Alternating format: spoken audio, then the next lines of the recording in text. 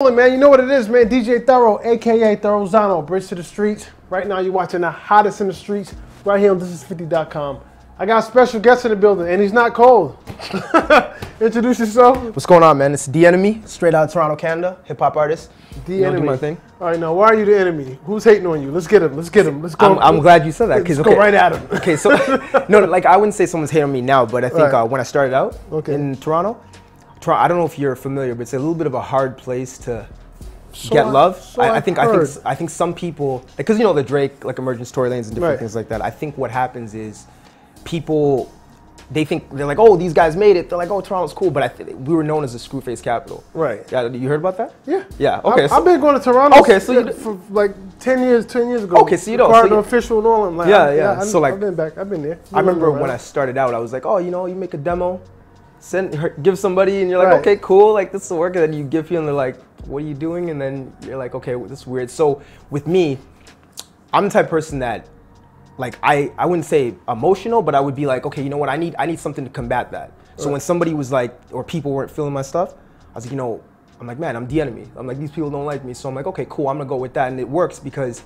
in this era, social media era, people like comments and stuff, that doesn't bother me. Right. And then my whole thing is usually I'll be like, you know, I'm the enemy, you're not supposed to like me. You know, so it's a song. Like, do you have a song like that? I kind of say that in intros and outros, but like I don't know if I'd make a full thing like, you know, you're not supposed to like me. I mean, that could be. It could be. That could be the hater anthem, or the you hate me now anthem. You know what I mean? That might be. Yeah. You know, I'm the enemy. You're supposed to hate me. You know. Then I get 50% for giving you an idea. Right? There it is. This guy wants my publishing already. Look, you're 50 in the hole already. We just started. So let's talk about the music, man. What do we have out? What are we promoting? What's going on? Right now, at the moment, I got a new song, "Winning at the Races." Okay. So it's actually been out for a little bit of time, but it kind of picked up steam last year. Right at the end of last year. So I had this artist from Colorado, King Ride the First. Okay. So we connected through John Bonus. He produced it, and then basically, I would say it's a little different from what I normally do, like hip hop wise, because I like doing underground, like rap and stuff like that. When you say underground, define your definition of that. For example, if I was like just a more face value version. So with me, like syllable rhyming and different things like that, you know? So like if I said something along the lines of, if I said, all right, check it out, off the top, picture me rolling, come in right here, right now, scriptures we controlling. Like that was a freestyle, I just made that. But you know what I mean, with the syllable rhyming and things like that. So for me, I like it to be, you can't really do that all the time in terms of trying to get the mass audience, because I like picked up a jewel from like Coogee Rap. He said, or is Kumo D, he said, I like this guy already. He said, well, here's the thing, right? It was on a beef documentary. He said that the average fan is a music fan. And he's like, the only people that really like hip hop on that level is like hip hop junkie fans. That like, do you know what I mean? Like the purists and things like that. And I always thought about that, and I was like, man, that's like an interesting point, because I think when people hear music, they're not getting all that like lyrical stuff and the syllable stuff. Right. You know what I mean? So for me, I look at it and I say, you have to be careful. It's like a fine line. You have to, you know, you have to make, here's the thing, make music, it's cool, but I try to infuse rapping with that stuff, if that makes sense. It makes perfect sense, because some of my favorite artists, they walk that fine line of, can spit their ass off, but they can still make dope records. Like Biggie's it's the first person coming to mind. He blended, he can rap, he gives you raps, he's spitting. But he's still making shit that you can, you know, that you can vibe to, and it's hit records. It's interesting you said that, because when we were doing Winning at the Races, I remember we were like, you know, when you're in the studio, you look at records for inspiration, things like that, right? So I remember the producer was like, he pulled up Biggie, and he's like, who were the first people to do this? He was like, Biggie and Puff, right? And if you remember, do what? He said in terms of the chorus, in terms of like the cool chorus, like the nice chorus, singing chorus, and then the like hardcore lyrics and things like that. Right. So he said he felt like they took it to a commercial level. Right. In that sense, because like he definitely did. Right. I don't know how. They wasn't the first to do it, but they took it to a commercial level. I don't know how accurate this is, but like in the movie, the Notorious movie. Right.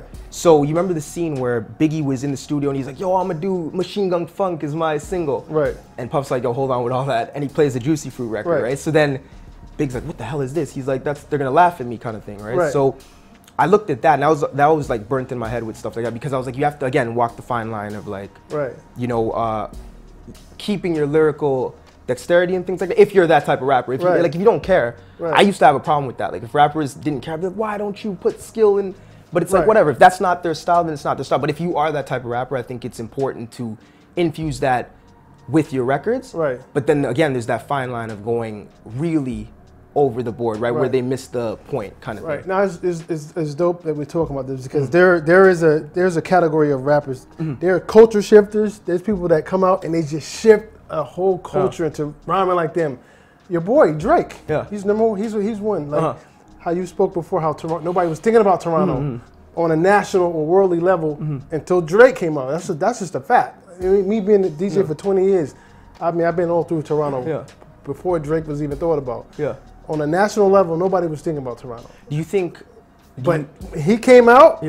He shifted the whole culture to having people sound like him, doing his ad-libs, even the copying the sound, everything, you know? Do you think, now my question for you is, like, seeing 20 years in the game doing that, do you think, like I know guys like Maestro Fresh West is way Maestro before, Fresh. but he had the first, like, hit in America for a Canadian, if I'm not mistaken. It was him and Cardinal Official. Right. So the thing is with that, I think what with like Maestro, I know it was more the old school stuff. But it wasn't worldly. It wasn't worldly. It was just regional. Yeah, but I think Cardi too infused like the Jamaican stuff, and I don't know maybe if they were overall ready for that because he raps, like he's really good at spit, you know. But it's like I think the way he infused it, people were like, I don't know if they knew how to take it. Right. I think what helped Drake was an interesting point was he was like he rapped, he did singing.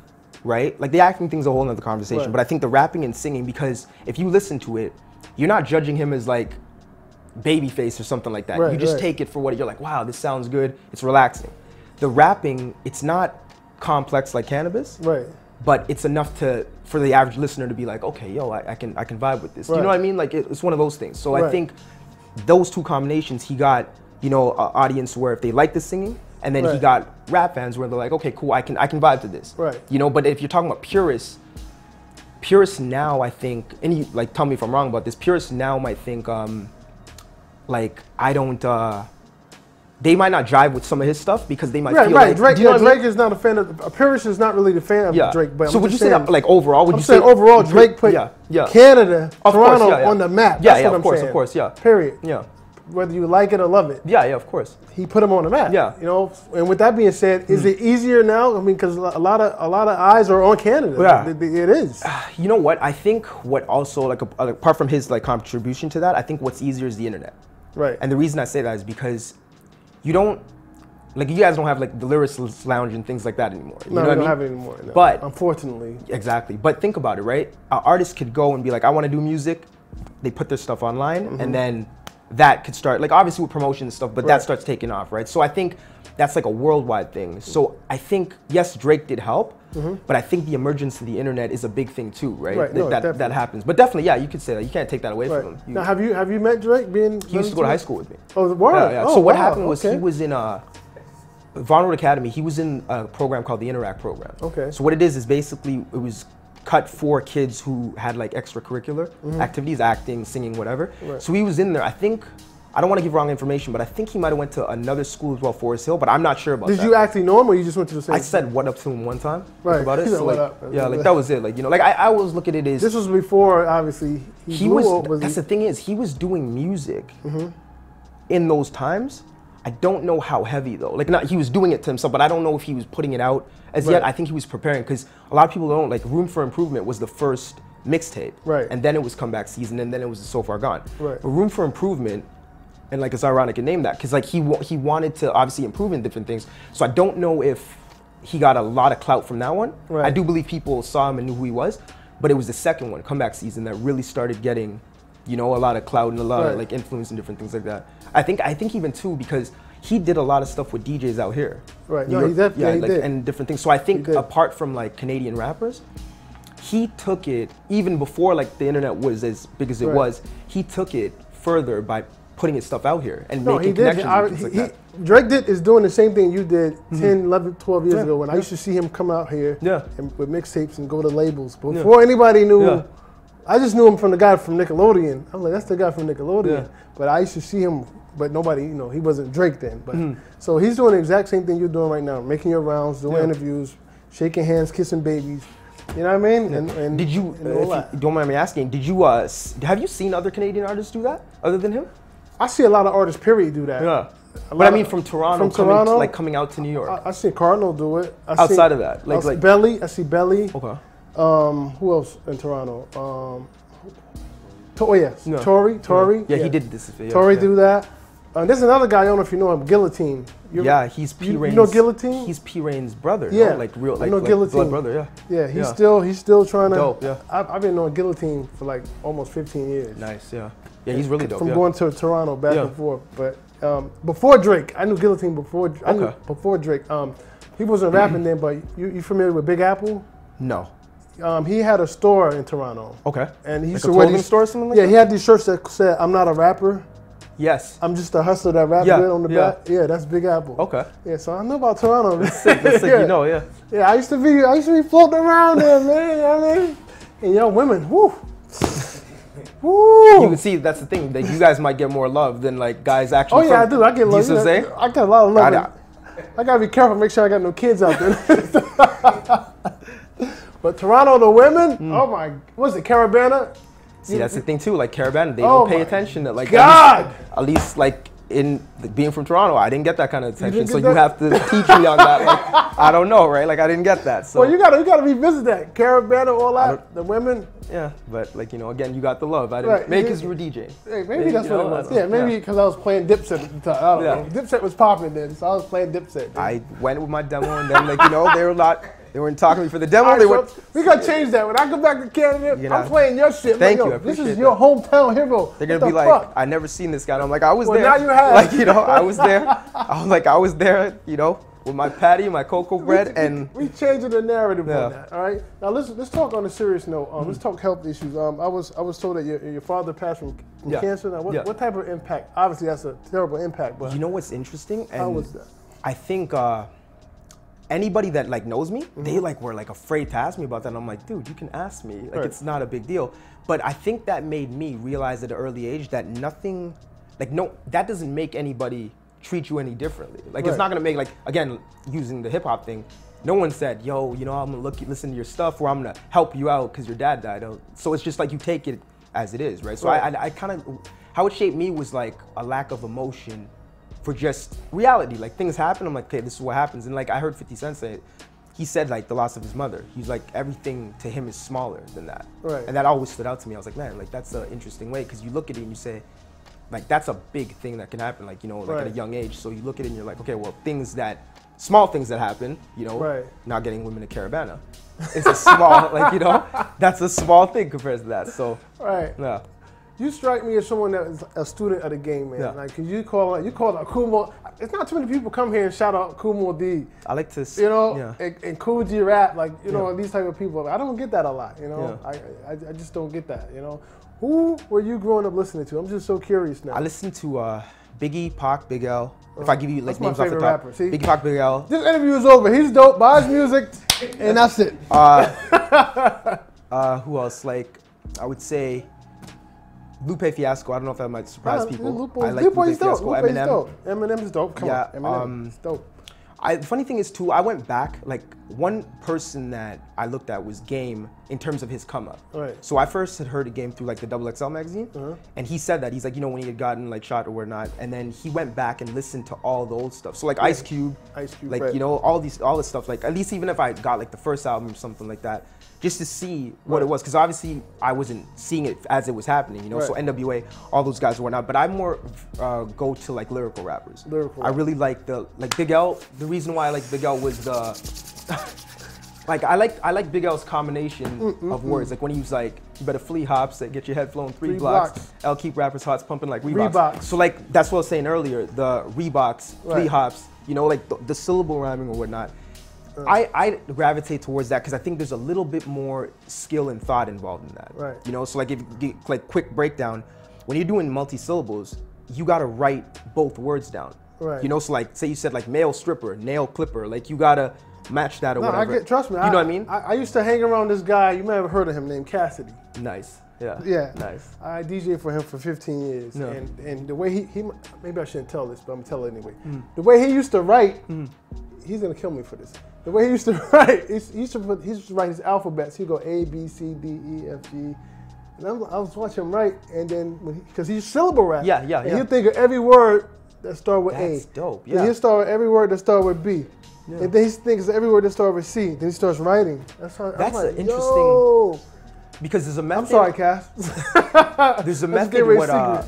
What I would use. So for me, if I'm trying to do like if the record's not commercial or anything like that, I'm trying to really do a syllable record. Like what I would do is, depending on the phrase, I would, so whatever the first word is, I would get a bunch of things that rhyme with that. I wouldn't. That's a good one though, because that's going through the whole. He goes through the whole alphabet. That's crazy. And he writes every word. But see, here's the thing, right? And does he write really quickly? Yeah, he's quick. That's crazy. Because like I always think about stuff like that, and like until I see it, like when I hear about it, I'm like, man, that's because you're doing complex rhymes. So for you to do it that quick as well, and then like how he spits. And I was wondering, I'm like, how the fuck does he do that? Then when I was in the studio and I saw him write, I'm like, oh, that's how you fucking think of that shit. Because there's no way in the world you can think of that shit like that. We gotta have. I knew he had a system. I just never knew what it was. So does like just a quick thing? Is he would he get the line, like maybe the punchline first? Because I heard Fabulous does that. I heard it's like they think I don't want to tell the shit. I just know that was his method of piecing syllables. He would write the alphabet out first. Before he wrote any rap, that's crazy. He writes the alphabet out. Yeah. And then he goes, A, just writes every word he can think of. B, whatever he's thinking of trying to rhyme, and he goes all the way down to Z. Yeah, then he starts writing. He has like good syllable rhiming like techniques. His syllables is crazy, right? So with that being said, listen, man. You called out my actually favorite rapper in the world, Big L. You know, from Harlem. That's my favorite. That's my favorite rapper. Yeah. So I have this segment on the show. It's called On the Spot. Okay. You know what that means? Freestyle? That means you don't got to freestyle. You can do a written freestyle. You can do whatever. But I need you to know. Look in the camera? Yeah, but listen. This is an important moment, man. I need you to understand what's happening here. Cool G rap set right here. Dope. And rhyme. And I had this little doll too, and I broke the shit. Had a little a doll of myself this guy made, and I was so excited Cool G Rap was here, and I fucking knocked the shit off and it broke. I even had Master P right here. I had Jadakiss, Cassidy, you name it. They've been sitting right here. Rest in peace, Prodigy, everybody. They sit right here, spitters, and they kill it. You know what I mean? So you got to carry the torch, man. Cool. All right. All right. So I look in the camera. Let's go. Nice. Okay. Let's do it. Look, I chicken scratch it till my mind is settled. Ain't the kind you should try and heckle, defiant with every line. My writing is at the highest level. Iron pride, get blindsided and smack, sucker. Raps Brett Johns, I got the game in the calf crusher. God bless him, cause when he's blacking, no bars lessen. Thoughts full of slaughter, I butcher him, rappers cross-dressing. Unsurpassed, regardless of how you slice it. I'd rather carve in the gimmicks and make what's vintage enticing. My shit's acknowledged, this grit'll demolish what you pushing. Cause I'm the rap what Christopher Wallace is to Brooklyn. I got a knack for moving brash and spilling blatant. My foul style's an indication the skill is flagrant. Ill is flowing, my prowess for this ain't amateur. Snub-nosed rapping, I'm that of a different caliber. Forever prime to air truth when I write. I'm top tier. Rappers couldn't lace my boots on this mic, alright? Nice. The enemy. I see why you're the enemy, man. They can't rap like that. Damn. You be my enemy too. I'm glad I'm not a rapper, man. Appreciate it. So listen, before we get out of here, man, is there anything you want to share or cover with the people that we haven't shared? Check me out online, theNMEofficial.com. The NME Official on Instagram and Twitter. And I like the way you spell that too. I just peeped that. I got a story behind it too, but like you spell ebonically. I like that. You get it? Big L, ebonically. Yeah. That's sick. I like that. All right, so once again, shout out to Instagram. How does follow you? The NME Official on Instagram, the NME Official on Twitter, and All right, so that's what it is, man. DJ Thorough, the enemy, man. Hottest in the street. This is 50.com. And like always, when you see us, one knee us. Let me pay respects. Yeah.